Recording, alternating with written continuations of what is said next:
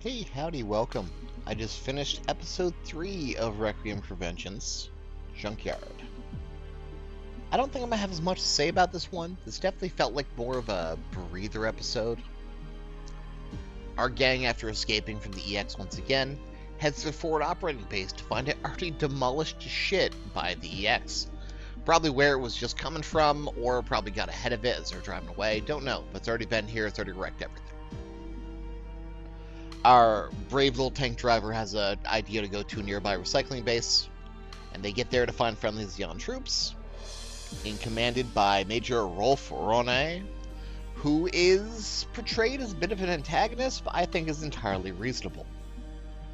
He is willing to take any wounded they have, he is willing to take any immobile soldiers, and send the rest off on their way to fuck off, because he has a base with a finite number of personnel and resources, and he can't take in every little refugee that shows up.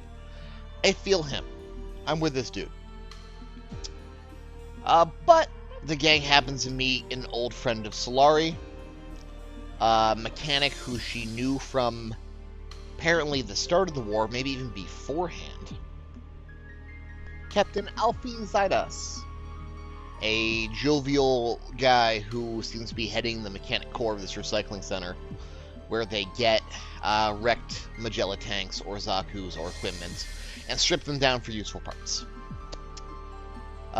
What follows is a bit of a breather, as I feel like the team needs and we need.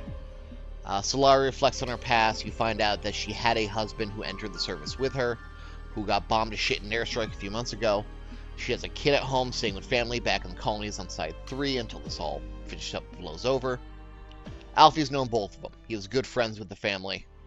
I assume after they entered the service, and he regretted that she lost her husband and the rest of the Red Wolves, the exception of our boy LeSean.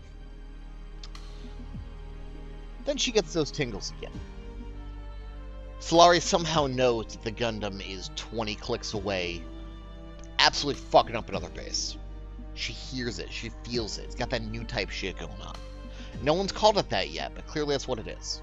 And she's this crazy anime protag idea in her head that if they have a bunch of Zaku parts here, maybe they can put together some for her and LeSean so they can actually, defend themselves if the Gundam calls Noggin, which she's convinced will.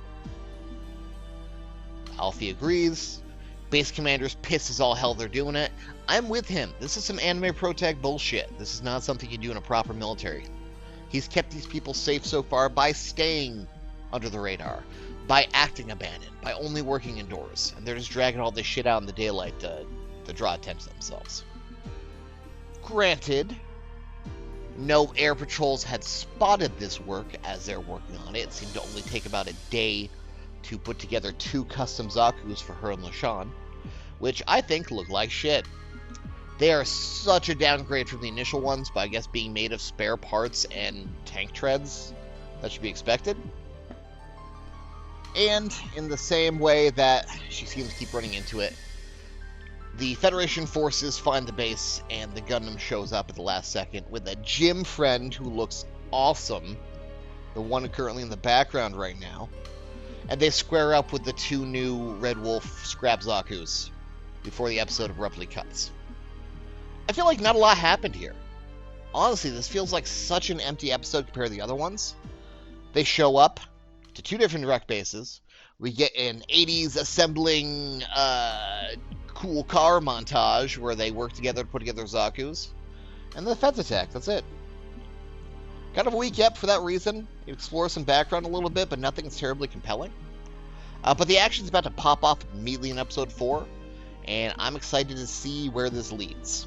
Definitely probably the weakest behind 1 and 3. I'm going to rank this at the bottom for now, but just because nothing happens, Besides antagonizing a perfectly reasonable base commander who, this shit's not in his job description.